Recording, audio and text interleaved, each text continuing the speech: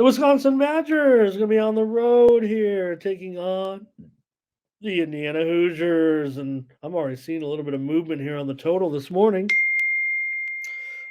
45 and a half, the current total here, leaning to the over in this one.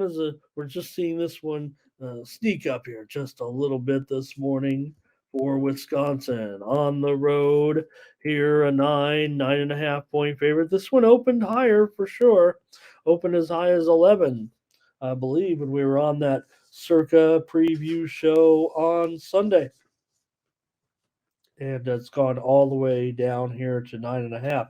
Total open 42 and a half, and like I said, man, up to 45 and a half already here. Let's investigate here a little bit on the show as we take a look at the action for Saturday in the Big Ten. All right, Wisconsin on the road right now, 2-1 road record. They're 5-3, 5-3 overall for IU. They're 2-6. It's been a big disappointment certainly right now. 12 of the last 15 meetings between these two teams have gone over the total, and that's where we've seen the move certainly this week. But why, for me, I guess is what I would say. Are we seeing a move to the total over? Uh, I'm not sure. I'm not sure I'm understanding, unless it's going to be just too easy for Wisconsin here on the road. But I don't know. That doesn't feel like uh, the right position or strategy necessarily here in this one.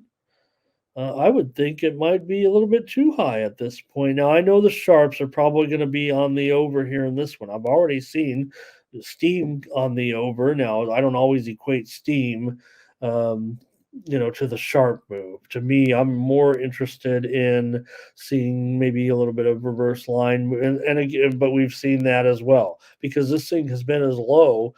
I mentioned 42 and a half, but it kind of went back to 43 and a half a little bit. Ferner said, "Who's scoring?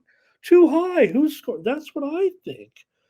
That's what I feel like. Now, I know Ferner's joking to a certain extent, and we put emphasis on some of the sayings. I mean, when we say who's scoring, right? Maybe it, but 38 points, 40 points, that seems more realistic for me in a matchup like this. I don't care about maybe the series history here in this one or something like that. But um, let's see what the series hit. Last year was last meeting. These two teams haven't been meeting actually very frequently right now. In fact, this is the first meeting in 3 years. So I don't even know what's worth looking at. IU won 14-6 in the last meeting 3 years ago. Thanks, Ron. Hopefully you're still there. Appreciate you. See you later. Verner says he's got this one in the 35s.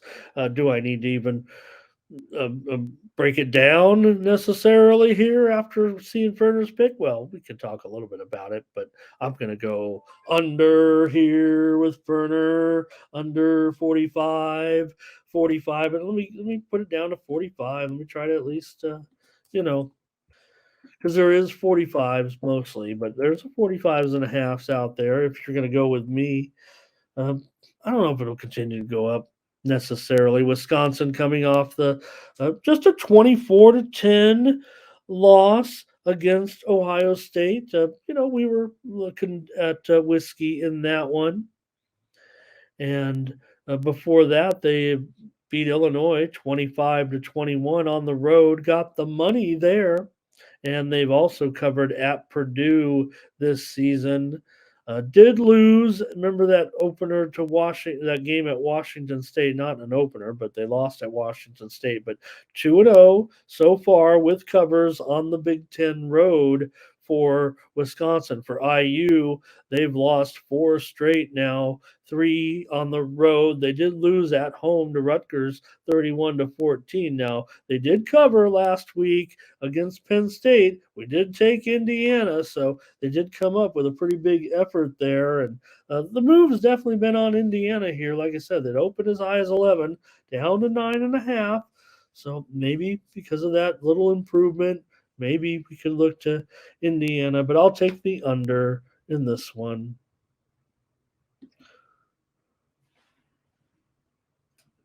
Yep.